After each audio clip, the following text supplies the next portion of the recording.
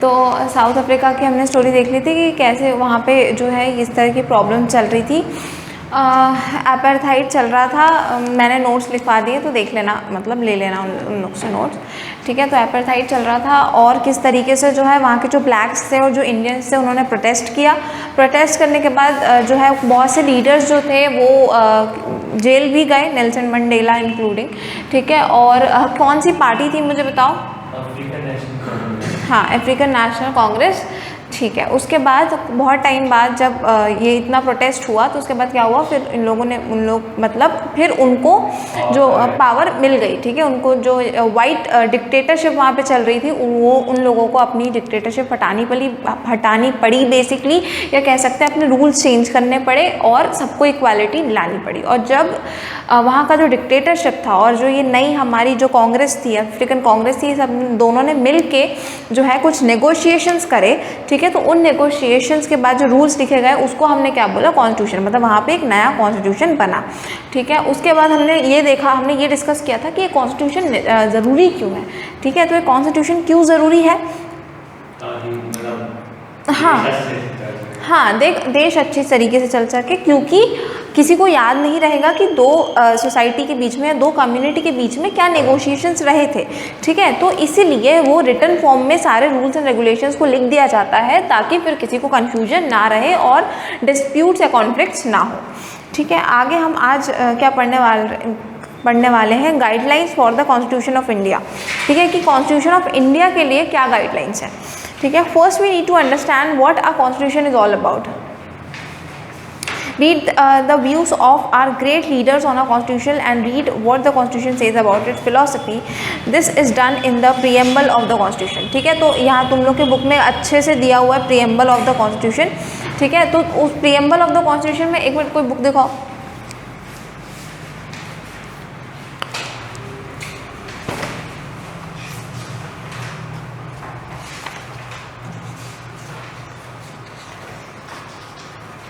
है ना, तो ये है कुछ, अब तुम लोग में अच्छे से दिया हुआ है प्रीएम्बल ऑफ द कॉन्स्टिट्यूशन, और इसमें जो कुछ इंपॉर्टेंट चीज़ें हैं जैसे कि जस्टिस, लिबर्टी, इक्वालिटी, फर्टर्निटी, ये सारी जितनी भी चीज़ें ये बहुत इंपॉर्टेंट है ना। तो इसके बारे में जितनी भी बातें लिखी हैं इसको अच्छे से पढ़ लेना, क्योंकि ये जो पूरा चैप्टर है बहुत छोटा सा चैप्टर है, लेकिन इसमें इंपॉर्टेंट चीज़ क्या है पता है, ये जो इन लोग ने इस तरह की बातें जो लिखी हुई है ना ये इंपॉर्टेंट है। ये कुछ मैन्युस्क्रिप्ट्स हैं जो भी हैं, यहाँ पे भी कुछ चीज़ें दी हुई है, ये सारी चीज़ें अच्छे से पढ़नी है अपन को। और मैं बता रही हूँ, ठीक है। अच्छा, अभी क्या होने वाला है, एमसीक्यू बेस्ड क्वेश्चन आने वाले हैं, है ना। तो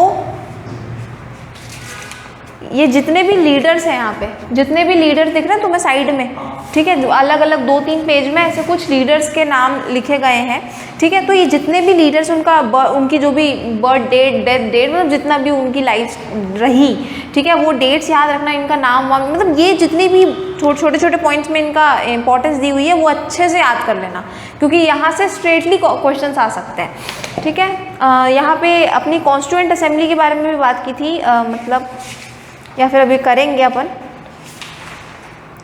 हाँ तो हाँ तो अभी वो बात करेंगे अपन। तो इसमें जैसे कॉन्स्टिट्यूएंट असेंबली आई, ठीक है, जिन्होंने बेसिकली कॉन्स्टिट्यूशन को फ्रेम किया। कॉन्स्टिट्यूएंट असेंबली मतलब कौन बनाया, जिन्होंने कॉन्स्टिट्यूशन को बनाया। तो उनके कुछ लीडर्स जो हैं, इंपॉर्टेंट लीडर्स कॉन्स्टिट्यूएंट असेंबली के, वो भी दिए हुए हैं, तो उनको भी ज़रा अच्छे से देख लेना, ठीक है। तो अभी अपन क्या डिस्कस कर रहे थे कि पहले मैं इसको मिटा देती हूँ।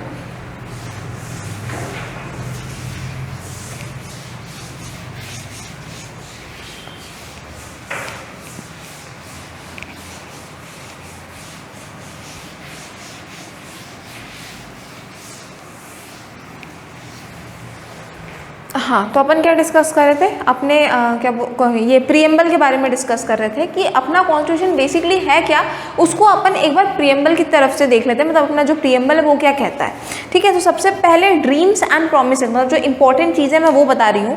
Dreams and promises, there were many members who followed the views of Mahatma Gandhi. India's dream of eradicating inequality was shared by Dr. Ambedkar, who plays a key role in drafting the constitution movement, but his vision for eliminating inequality in India was different from Gandhi जी।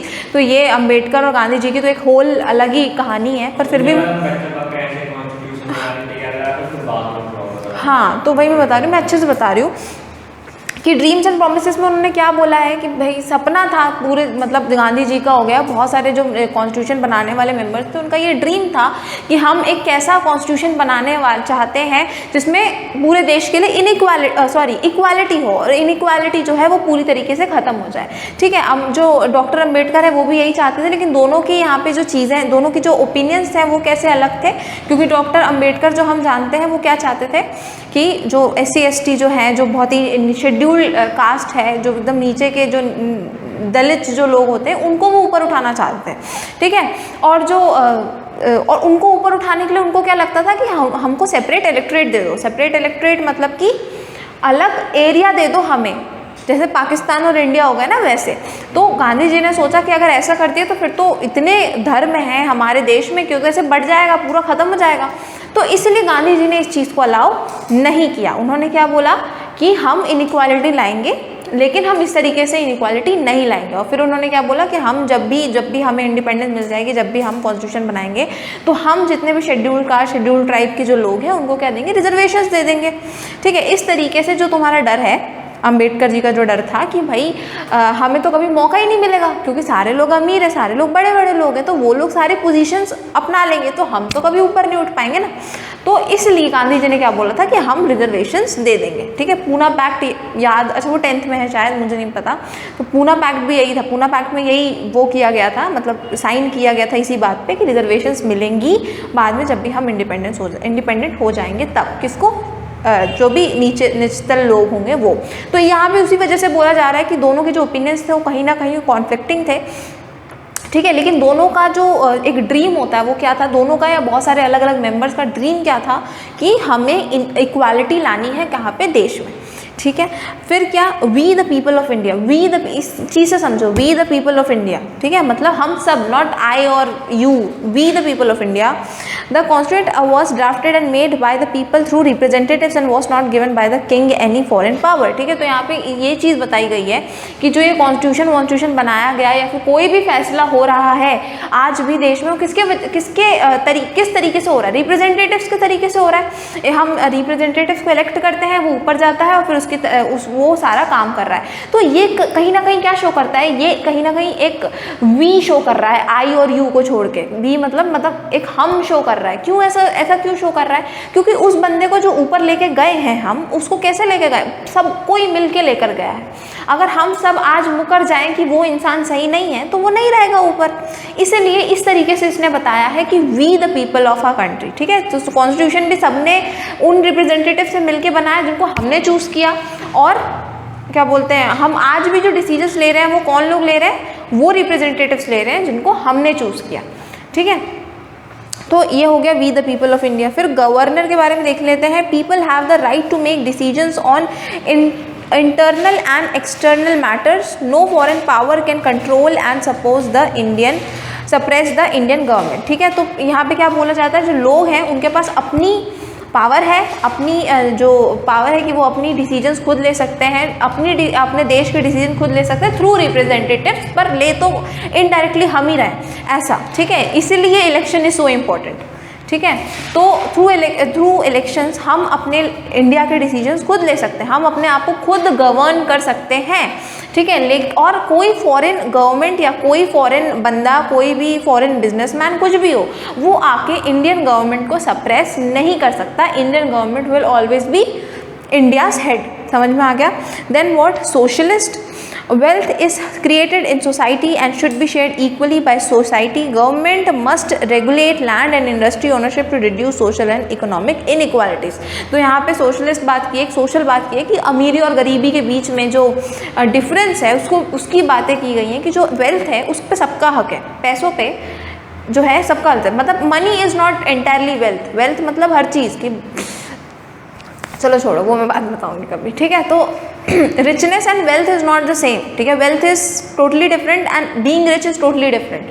ठीक है, but यहाँ पे बोला गया कि जो wealth है उसका उस पर सबका हक है। ऑब्वियसली बात है, सबको भूख लग रही है, सबको प्यास लग रही है, सबको कपड़े चाहिए, सबको घर चाहिए, ठीक है, सबको एक अच्छी लिविंग स्टाइल चाहिए, सबको अपने बच्चों को अच्छे स्कूल में भेजना है, तो वेल्थ सबको चाहिए और सबका हक होना चाहिए। और अगर एक कंट्री के सारे लोगों के पास अच्छी वेल्थ है, ठीक है, तो वो कंट्री अपने आप ही ग्रो होगी, वो कंट्री अपने आप ही ग्रो होगी, ठीक है। लोग सिर्फ छोटी छोटी सोच नहीं रखेंगे कि भाई इतना ही हो जाए काफ़ी है। लोगों के पास जब इतना ऑलरेडी होगा तो वो और आगे की सोचेंगे, राइट। तो वेल्थ पे सबका हक है। क्योंकि वेल्थ पे सबका हक है तो गवर्नमेंट को ये इंश्योर करना चाहिए कि वेल्थ सबको ऑलमोस्ट इक्वली मिले। क्योंकि टोटल इक्वली कभी नहीं हो, वेल्थ कभी टोटल इक्वली नहीं मिल सकती किसी को भी, ठीक है। तो उनका क्या सोचना है कि भाई गवर्नमेंट को कुछ इस तरीके की चीज़ें करनी चाहिए। बहुत सारी लैंड किसी के पास है, कहीं पे वेस्ट हो रही है, कुछ भी है, तो उसको रेगुलेट करे यार, उसको जो नॉर्मल लोग हैं उनको बांटे। गवर्नमेंट के पास बहुत बड़ी लैंड है, वो वेस्ट हो रही है, तो उसको भाई बांटे, ठीक है। इस तरीके की चीज़ें करे, थोड़ी ऑक्यूपेशन लेके आए, एम्प्लॉयमेंट लेकर आए, इस तरीके की चीज़ें करे और जो वेल्थ जो है देश की हर बंदे के पास बढ़ाए और जो इनइक्वालिटी है रिच और पुअर में उसको भी कम करे, ठीक है। क्योंकि होता यही है कि जो अमीर है वो अमीर होता जाता है, जो गरीब है वो गरीब होता जाता है, ठीक है। इसमें गवर्नमेंट की एंटायरली गलती नहीं है, इसमें लोगों की भी गलती है। World work like that. लेकिन जो भी है, पर हमें हमेशा कोशिश करनी चाहिए कि अमीरों और गरीबों में जो हमने ये इतना बड़ा फासला रख के रखा है उसको वो कम हो। Then what, country citizens have complete freedom to practice any religion but there is no official religion. The government will treat all the religious believes and practices with same equal respect. तो religion की बात भी अपन ने कर ली कि सारे हम जो है एक सेक्युलर कंट्री है, इंडिया एक सेक्युलर कंट्री, हम यहाँ पे किसी भी रिलीजन को नहीं एज एन ऑफिशियल रिलीजन नहीं मानते हैं, ठीक है। कॉन्स्टिट्यूशन का गवर्नमेंट का कोई रिलीजन नहीं है, right.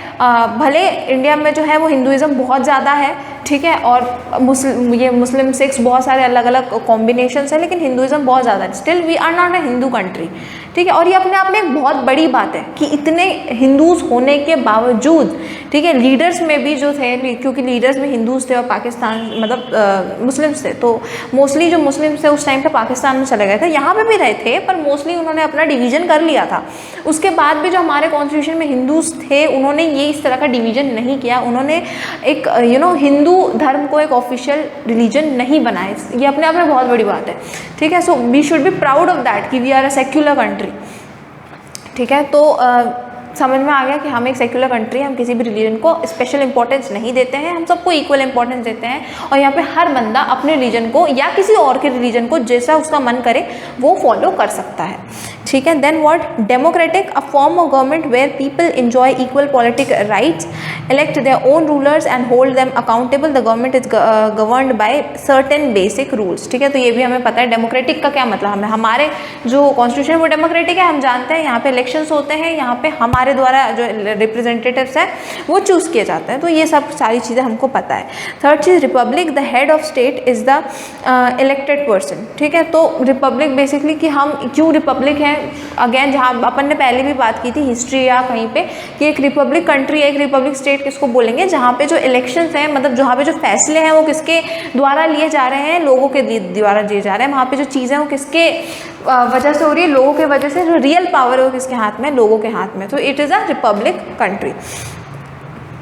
Justice, citizens cannot be discriminated on the basis of race, religion or sexual orientation. Society inequality should be reduced. The government should work for the well-being of all, especially the poor, ठीक है। तो justice के बारे में भी हमने देख लिया कि यहाँ पे न्याय है। हर जस्टिस मतलब क्या, न्याय होता है यहाँ पे हर जगह। क्यों? क्योंकि हमने किसी को भी ऊपर नीचे नहीं माना है यहाँ पे ऑन एनी बेसिस, उसके रिलीजन के बेसिस पे, उसके कास्ट के बेसिस पे, उसके रेस के मतलब जैसा भी उसका कलर है उसके बेसिस पे, या मेल या फीमेल के बेसिस पे जो भी है, हमने किसी को ऊपर नीचे नहीं माना है। यहाँ पे कॉन्स्टिट्यूशन की नज़रों से, कानून के नज़रों से जो है सब कोई इक्वल है, ठीक है। तो ये हमने बोला है। और ये जो सोशल इनइक्वालिटी हर जगह रहती है, थोड़ी बहुत लड़के और लड़की के बीच में हमेशा हल्की सी इनइक्वालिटी रहेगी, उन दोनों को अलग नज़र से हमेशा देखा जाएगा ही। There would be some colours जिनको लड़कियों को डेडिकेट किया जाएगा ही, there would be some sports जिनको लड़कों को डेडिकेट किया जाएगा, ये हमेशा होगा। बट अपना क्या गोल रहना चाहिए कि ये जो इनइक्वालिटीज़ हमने बना के, ये जो डिफरेंस बना के रखा है हमने,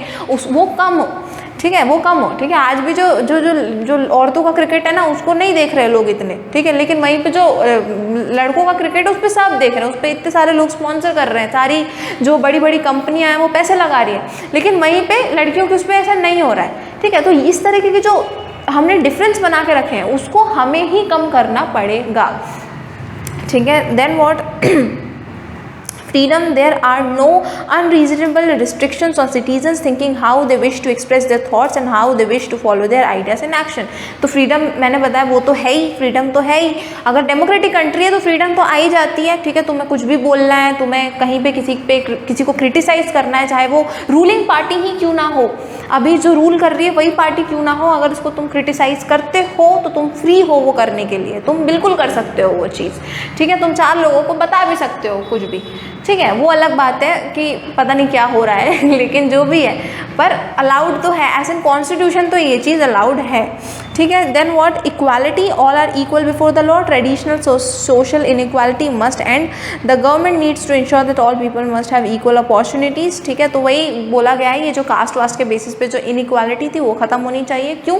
क्योंकि जो हमने इस तरह की चीज़ें करके रखी ना, ये अपॉर्चुनिटी सिर्फ इन लोगों को मिलेंगी। लाइक फॉर एग्जाम्पल, जैसे कि जो ऊपर के लोग थे ब्राह्मण क्षत्रिय, अगर सेठ है ना बड़े बड़े, वो ये लोग होंगे।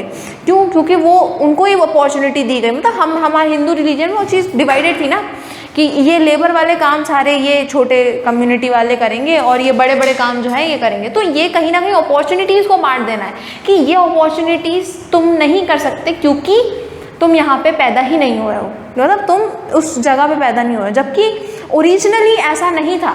जो जब ये चीज़ बनी थी, ये कास्ट डिवीज़न बना था, तो बहुत शुरू से बना हुआ है ये कास्ट डिवीज़न इंडिया में, पर ओरिजिनली कास्ट डिवीज़न ऐसा नहीं बनाया गया था। ओरिजिनली कास्ट डिवीज़न कैसा बनाया गया था, गीता में तक लिखा है कि जो श्री कृष्ण बोलते हैं कि हमने 4 डिवीज़न करके रखे हैं सोसाइटी के। लेकिन क्यों करके रखा है सोसाइटी के डिवीज़न? ताकि जो सोसाइटी है वो एक अच्छे से फंक्शन करे और कोई भी इंसान जब चाहे अपने कास्ट को चेंज कर सकता है, और कोई उसको जिसका भी मतलब जिस भी चीज़ में उसका इंटरेस्ट है वो कर सकता है, मतलब कि वो चेंज कर सकता है अपने कास्ट को, ठीक है। फॉर एग्जाम्पल, मैं किसी लेबर के घर में पैदा होती हूँ, यानी कि मैं SC ST या कहीं पे पैदा होती हूँ, तो भी अगर मेरा मन है लड़ने का तो मैं जाके क्षत्रिय बन सकती हूँ।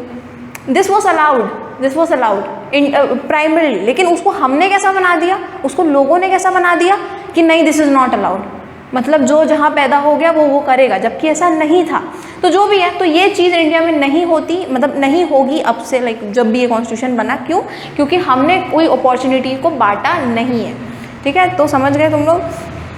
Then what, brotherhood, we should all act as members of one family, no one should treat his fellow citizens as inferior, ठीक है। मतलब हमें भाईचारा रखना चाहिए, ठीक है। हमें किसी अपने मतलब दूसरे बंदे को अपने से छोटा या बड़ा नहीं समझना चाहिए, हम सब इक्वल हैं, हमें मिलजुल के रहना चाहिए, ठीक है। मिलजुल के रहेंगे तभी जो देश है उसमें इक्वालिटी बनी रहेगी, समझ में। अपने आप को बांट के रहेंगे तो बहुत जल्दी टूट जाएगी चीज़ें, समझ में। आज कोई बाहर की बंदी या बाहर का जो फॉरेन, बहुत होता है ऐसा, बाहर के कोई फॉरेन जो लोग होते हैं, एक्टर जो भी हैं, सिंगर, कुछ भी, कोई एक स्टेटमेंट बोल देगा ना किसी के लिए, हम एक दूसरे से लड़ने लग जाएंगे।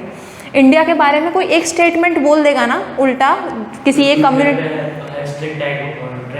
हाँ वही ट्विटर पे हैशटैग ट्रेंड होता है। मतलब कि किसी ने पंजाबियों के बारे में कुछ बोल दिया है, किसी ने मुसलमान के बारे में बोल दिया, किसी ने हिंदू के बारे में बोल दिया, वो जो हमारे देश का भी नहीं है, वो कोई बाहर का है, और उसने कोई चीज़ बोल दी ना, हम एक दूसरे से लड़ने लग जाएंगे। हमें ये नहीं समझ में आ रहा कि तुम तो अपनी आंखों से देखो कि उसको क्या पता वो बाहर का, उसको क्या समझ आ रहा है। हाँ, वो तो उसी बेसिस पे चल रहा है ना जो उसको मीडिया दिखा रही है। हाँ, और मीडिया पे आज के टाइम पे मीडिया पे ट्रस्ट करना, तो जो भी है, तो इस तरीके की चीज़ें हमको ध्यान देनी चाहिए। वी शुड नॉट बी फूल्स। हम भीड़ की तरह जहाँ जो लोग लड़ रहे हैं वहाँ नहीं चले जाना चाहिए। We have goals in our life, we should focus on that, ठीक है। और हमें थोड़ा दिमाग लगाना चाहिए जब भी हमें कहीं पर स्टेप लेने वाली बात होती है, कहीं भी लड़ने लगने वाली बात होती है ना, वहाँ पे हमें सोचना चाहिए, हर जगह नहीं लगना आना चाहिए। हाँ, सीरियसली, मतलब ना ऐसा होता है, जैसे एक तुम्हें मतलब 2-3 चैनल तुमको पसंद आ गए, एक चैनल हमेशा एक पार्टी की बुराई ही करेगी, चाहे कुछ भी हो जाए, और दूसरा चैनल वो कभी उस चैनल की बुराई नहीं करेगी, कभी नहीं। उसके लिए वो पार्टी सबसे बेस्ट है। अब मैं लिटरली पलट के देखती हूँ, अगर मैं न्यूज़ देख रही होती ना, पलट मेरे को दोनों तरफ मेरे को सच पता चले बस। चलो इतना लिख लो पहले, फिर अपन आगे। एक मिनट बुक दिखाना। तो कोई पार्टी की अगर कुछ बुराई हो रही रहती तो वो मीडिया को पैसे देके बोल देते कि तुम न्यूज़ पे नहीं दिखाओ। हाँ, वो तो सब ऐसा ही है, क्या करें। मीडिया पैसे ले भी देती है।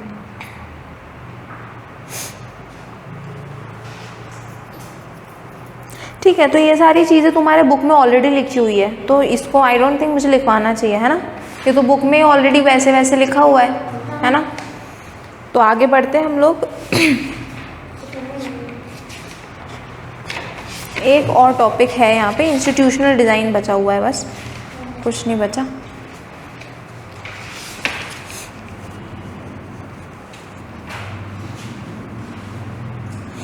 ठीक है, तो एक बार हम लोग वो कॉन्स्टिट्यूएंट असेंबली की बात कर लेते हैं। मॉडलिंग काउंसिल बेसिकली मतलब कि वो जो भी काउंसिल जिसने बेसिकली सब कुछ ये बनाया, जिसने सारे रूल्स को लिखा।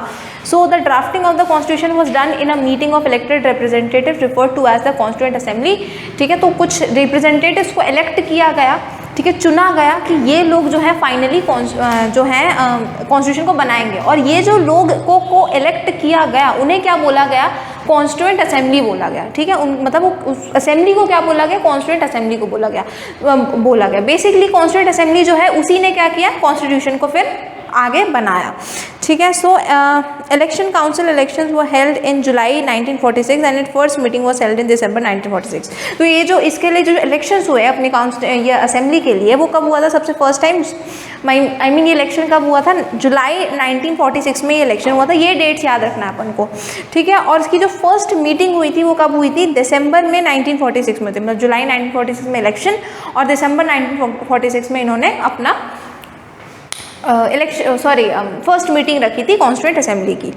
ठीक है, shortly thereafter the country was divided into India and Pakistan and the constituent assembly was also divided into constituent assembly of India and Pakistan. ठीक है, उसी के बाद फर्स्ट मीटिंग के बाद क्या हुआ, इन्होंने डिसाइड किया कि इंडिया अलग हो जाएगा, पाकिस्तान हो जाएगा। ये लोग डिवाइडेड हो गए। तो अपन को याद रखना है कि कौन से दिन जो है इनकी मीटिंग हुई थी, दिसंबर 1946 में हो गई थी। और उसी के बाद इंडिया और पाकिस्तान अलग हो गए थे और कॉन्स्टिट्यूएंट असेंबली भी इसी के साथ इंडिया और पाकिस्तान अलग अलग की हो गई थी कि जो लोग भैया पाकिस्तान के हैं वो उधर जाके अपनी असेंबली बनाओ और ये इंडिया वाले अलग बनाओ। तो याद रखना कि जो प्राइमरली जो असेंबली बनी थी उसमें कुछ 300 मेंबर्स थे, कुछ मुझे एग्जैक्टली नहीं याद है, शायद हाँ 300, हाँ। लेकिन जब पाकिस्तान बट गया, जब पाकिस्तान और इंडिया बट गए तो फिर कुछ 200 समथिंग रह गए थे इंडिया में और बाकी कहाँ चले गए थे, पाकिस्तान की असेंबली बनाने चले गए थे। ठीक है, तो ये चीज़ याद रखना। Assembly was also divided, the Constituent Assembly which drafted the Indian Constitution had a total of 299 members। ठीक है, तो कितने members थे Indian Constituent Assembly में, 299 members थे। ठीक है, the Assembly adopted the Constitution on 26 November 1949। ठीक है, तो जो Assembly ने, Constituent Assembly ने जो फाइनल अडॉप्ट कर लिया कि भाई अब इसी कॉन्स्टिट्यूशन के थ्रू हम आगे बढ़ेंगे, तो कौन सी डेट थी, 26 नवंबर 1949 को इन्होंने अडॉप्ट कर लिया कि हाँ ये फाइनल कॉन्स्टिट्यूशन है।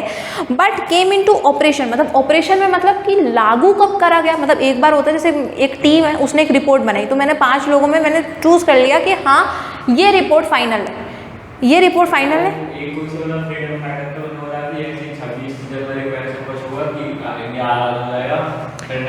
जवाहरलाल नेहरू नहीं हो पाया था, तो फिर उसी डेट पर आ गई थी। हाँ, नहीं हो पाया था, उस पर लोग भी इतना कुछ एक्साइटेड नहीं थे, इतने सारे मास भी आई नहीं थी। तो वो तो उस टाइम की बात है जब फ्रीडम स्ट्रगल हो रहा था, वो तो उस वक्त की बात है। अभी की इंडिया पाकिस्तान डिवाइड हुआ था तो पाकिस्तान में कुछ हिंदू भी गए थे। पाकिस्तान में कोई हिंदू गए नहीं थे, जो वहाँ पे जिनका मदरलैंड था, मतलब जो पैदा ही उधर हुए थे जो हिंदू, वो वहीं पे रह गए। उनका देखो सबका ऐसा था उस टाइम पे, यही डिलेमा में थे, डिलेमा मतलब कन्फ्यूजन में थे सब, किस कन्फ्यूजन में। कुछ लोग थे जो वहीं पे पैदा हुए, उन्होंने बोला कि जितने भी भैया मुस्लिम्स को उधर जाना है पाकिस्तान में चले जाओ, ठीक है, जिनको नहीं रहना इंडिया में, जिनको लग रहा है यहाँ पे मुस्लिम सेफ नहीं रहेंगे तो चले जाओ भाई, ठीक है। और फिर इंडिया में जिनको रहना हो इंडिया में रहो। अब इंडिया के कई मुस्लिम्स थे जो यहाँ पैदा हुए, उन्होंने बोला यार हम तो अपनी जगह छोड़ के नहीं जाना चाहते, ठीक है, तो वो नहीं गए। उसी तरीके से पाकिस्तान में भी कुछ ऐसे हिंदूज थे जो वहीं पे पैदा हुए, तो उन्होंने बोला नहीं यार हम तो इधर से छोड़ के नहीं जाना चाहते। लेकिन द थिंग इज कि नहीं लिखा गया, वही तो बात है ना, तो यही तो बात है। इसीलिए तो इंडिया इतना, मतलब इतना हमें इतना प्राउड होना चाहिए फॉर बीइंग एन इंडियन कि हमने इतने अच्छे से सेक्युलरिटी को पकड़ा। पाकिस्तान में क्या हुआ, उन्होंने तो उसी वक्त मुसलमान जो धर्म है उसको अपना मेन धर्म घोषित कर दिया। ऊपर से उस वक्त जो है पाकिस्तान में कुछ ज़्यादा हिंदूज़ नहीं थे, आई थिंक 18-19% कुछ हिंदूज़ थे वहाँ पे, लेकिन आज वो 18-19% हिंदू शायद 2 या 3% हिंदूज़ में कन्वर्ट हो चुके हैं। मतलब सिर्फ मतलब समझ रहे हो, इतना वहाँ पे उनको टॉर्चर किया जाता है, इतना उनको वहाँ पे परेशान किया जाता है ना कि उनके पास और कोई ऑप्शन नहीं रहता उनको। अब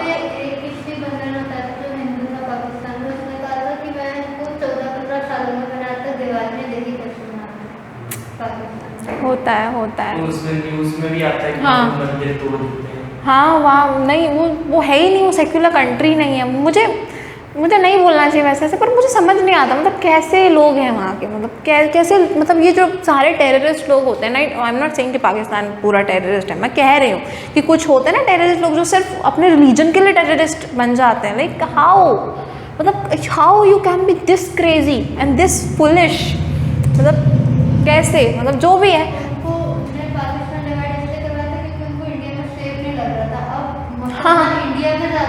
हाँ लिटरली हमारे जो मुस्लिम्स हैं, मतलब उस टाइम पे जितने भी परसेंट मुस्लिम्स हो उससे बढ़ ही गए होंगे, भले कम नहीं हुए होंगे, बढ़ ही गए होंगे सीरियसली।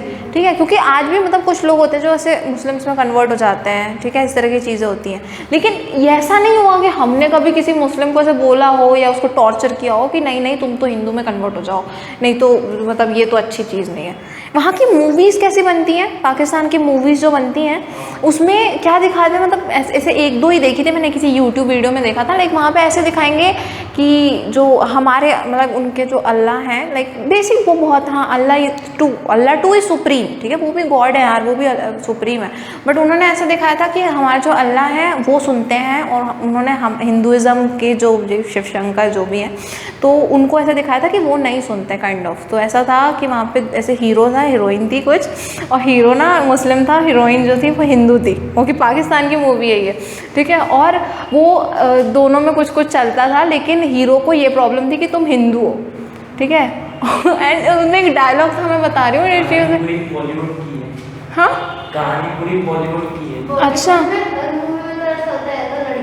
हाँ, तो जो भी है, तो उसमें ऐसी एक लाइन थी क्या कि मतलब यही वो एक लड़की मतलब दूसरी मुसलमान लड़की हीरो से बोल रही होती है कि तुम जानते नहीं वो कौन है, वो डायन और चुड़ैल के साथ साथ हिंदू भी है। मतलब वो लोग इस तरीके से ट्रीट करते हैं। अब जहाँ पे पिक्चर ऐसे बन रही हैं, जहाँ का मीडिया इस तरीके से बातें करता है, तो वहाँ पे एक हिंदू बंदा कैसे रहे जहाँ पे इतनी बुरी तरीके से ट्रीट, वहाँ के पिक्चरों में किससे रिलेट किया जा रहा है, लाइक डायन और चुड़ैल नहीं, Hindu, like what, like seriously.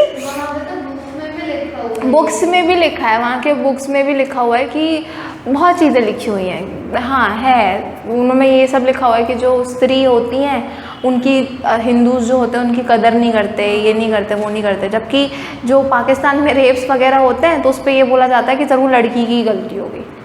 Seriously, मतलब रेप, उनका जो प्रेसिडेंट प्राइम मिनिस्टर कौन है, इमरान खान, हाँ वो बोलता है कि अगर कहीं पे कुछ गलत हो रहा है तो गलती लड़की की होगी, और फिर वो लोग ये बोलते हैं कि हिंदुज़म में जो है वो लोग लड़की की रिस्पेक्ट नहीं करते।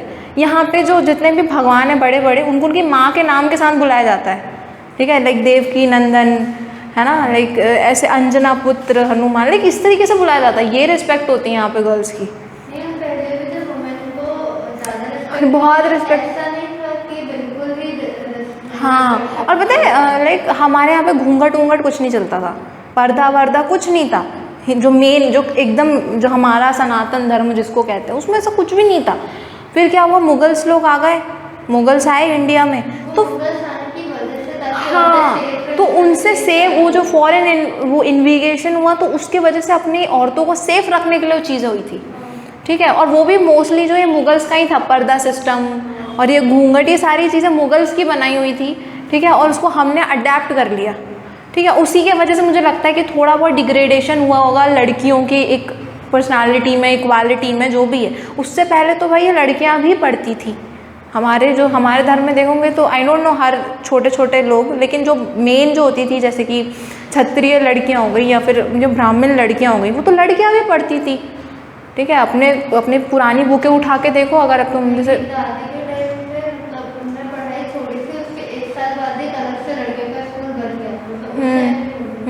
भाई बस वो कुछ चीज़ों के कारण, छोड़ो क्या करना अपन को। ठीक है, तो अपन कहाँ थे, कहाँ बातें पहुँच गई अपनी। हाँ, तो अपन कहाँ थे, मॉडलिंग काउंसिल में थे। तो इसमें अपन ने क्या देखा कि कब इन्होंने लागू कब कर दिया कॉन्स्टिट्यूशन को, 26 जनवरी 1950, याद रखना डेट के साथ और ईयर के साथ याद रखना। 1950 26 जनवरी को इन्होंने लागू कर दिया कॉन्स्टिट्यूशन को finally. To mark this day we celebrate January 26 as the republic day, हम सब जानते हैं इस चीज़ को। ठीक है क्या 50, ठीक है। उसके बाद जो है अपना इंस्टीट्यूशनल डिज़ाइन जो है वही एक टॉपिक है, उसमें कुछ भी नहीं बताया गया है। उसमें इंस्टीट्यूशनल डिज़ाइन को तुम पूरे चैप्टर का एक कंक्लूजन मान लो, ठीक है। उसमें बस ये बोला गया है कि कॉन्स्टिट्यूशन क्या है। कॉन्स्टिट्यूशन कोई फिलॉसफी नहीं है, कॉन्स्टिट्यूशन कोई बुक नहीं है। कॉन्स्टिट्यूशन क्या है, कॉन्स्टिट्यूशन सेट ऑफ रूल्स है, ठीक है। और ये रूल्स क्या बताते हैं कि एक सिटीज़न को कैसे काम करना चाहिए, गवर्नर को कैसे काम करना चाहिए, एक मतलब हर किसी बंदे को, हर किसी अलग अलग पोस्ट वाले बंदे को या नॉर्मल सिटीजन्स को, गवर्नमेंट को, प्रेसिडेंट को, प्राइम मिनिस्टर को किस तरीके से वर्क करना चाहिए, फंक्शन करना चाहिए, बस ये बताते हैं क्या किसमें, इंस्टीट्यूशनल डिज़ाइन में। तो वही मैंने बोला चैप्टर बहुत छोटा है, इसमें कुछ भी इंपॉर्टेंट नहीं। इसमें इंपॉर्टेंट क्या है मैं बता रही हूँ, इन्होंने जितने भी उनके पिक्चर्स दिए हुए हैं, मतलब उनकी जो राइटिंग्स थी, उनकी जो रियल राइटिंग्स उनकी पिक्चर्स दी हुई हैं, तो वो बहुत इंपॉर्टेंट है, ठीक है। उसमें जितने भी लीडर्स के नाम दिए हुए हैं, उनके डेट ऑफ बर्थ और उनके जो भी उन्होंने किस चीज़ में फंक्शन किया, वो बहुत इंपॉर्टेंट है, ठीक है। ये डेट्स इंपॉर्टेंट है, जैसे कि कब लागू हुआ, कब इन्होंने अडॉप्ट किया, कब इलेक्शन हुए कॉन्स्टिट्यूएंट असेंबली के, ठीक है। ये चीज़ इंपॉर्टेंट है और इसमें एज सच कुछ इंपॉर्टेंट नहीं है, ठीक है। और हाँ, एक और चीज़ जो मेरे को बतानी है वो ये कि यहाँ पे ना ऐसे ये सबसे लास्ट में, हर चैप्टर के लास्ट में, सभी बुकों में ये दिए होंगे कुछ इम्पोर्टेंट, हाँ ग्लॉसरी, जो इम्पोर्टेंट वर्ड्स और उनके मीनिंग्स, ठीक है। तो ये सारे चैप्टर का पढ़ ही लेना, वैसे तो तुम्हें समझ आ ही जाएगा पर एक बार नज़र डाल लेना फिर भी, ठीक है। तो ऐसे कर लेना। और यहाँ पे इनकी एक्सरसाइज में भी देखो MCQ क्वेश्चंस हैं, ठीक है। कुछ MCQ क्वेश्चन इन्होंने एक्सरसाइज में दिए हुए हैं, इसको बहुत प्यार से पढ़ना क्योंकि भाई वो लोग NCERT पे बहुत फोकस करते हैं, ठीक है। तो उसको ज़रा प्यार से पढ़ लेना, ठीक है। और तो कुछ यहाँ पे इंपॉर्टेंट नहीं है। मॉडलिंग काउंसिल के बारे में मैं लिखवा देती हूँ, ठीक है, उसके अलावा और कुछ नहीं है यहाँ पे।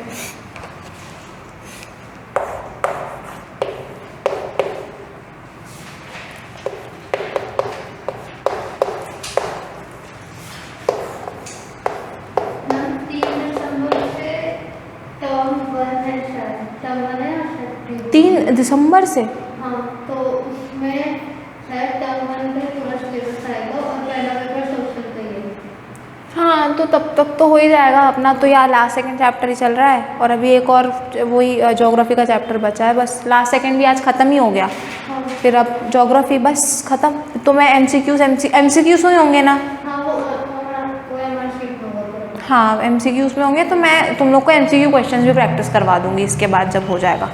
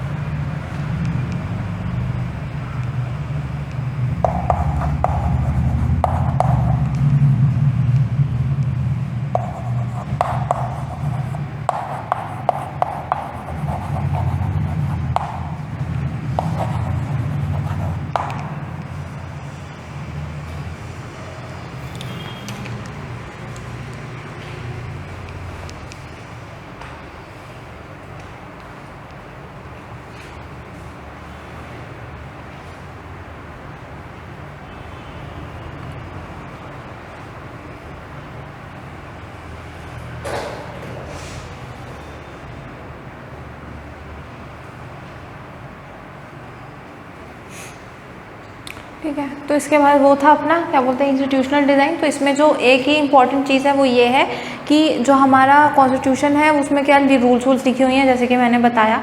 अभी जो रूल्स हैं वो किस तरह टाइम पे लिखी गई थी, बहुत मतलब कुछ साल पहले लिखी गई थी, ठीक है, और ये बहुत लंबी है, ठीक है। शायद इंडिया का जो कॉन्स्टिट्यूशन, रिटन कॉन्स्टिट्यूशन, वो सबसे बड़ा रिटन कॉन्स्टिट्यूशन है इन वर्ल्ड, ठीक है। ये बहुत बड़ी है, उसमें बहुत सारी बातें जो हैं लिखी गई हैं, तो इसको हो सकता है अमेंड करना पड़े। अच्छा याद रखना, अमेंड, अब वर्ड कहीं भी आए, अमेंड का मतलब क्या होता है, अपडेट, ठीक है। इसको अपडेट करना पड़ सकता है टाइम टू टाइम, किसको, अपने कॉन्स्टिट्यूशन को, मतलब अपने कॉन्स्टिट्यूशनल जो भी है इंस्टीट्यूशनल डिज़ाइन को जो है, या फिर कह सकते हैं कि बहुत सी चीज़ें चेंज हो जाती है, कई बार चेंज हो जाती हैं, तो उन चीज़ों को जो है हमें कॉन्स्टिट्यूशन में अमेंड करना पड़ेगा, अपडेट करना पड़ेगा। इसलिए हमारे जो हमारे कॉन्स्टिट्यूशन मेकर्स थे, जो कॉन्स्टिट्यूएंट असेंबली के जो मेकर्स थे, उन्होंने ये चीज़ बहुत ज़्यादा मुश्किल नहीं रखी, उन्होंने कोई एकदम धर्म जैसा सेक्रेड नहीं बना दिया कि ये जो है वो है, ऐसा नहीं बनाया। उसको क्या रखा गया है, ओपन रखा गया है कि अगर फ्यूचर में कभी कोई चेंजेस करना पड़ा तो ये आप चेंजेस कर सकते हो।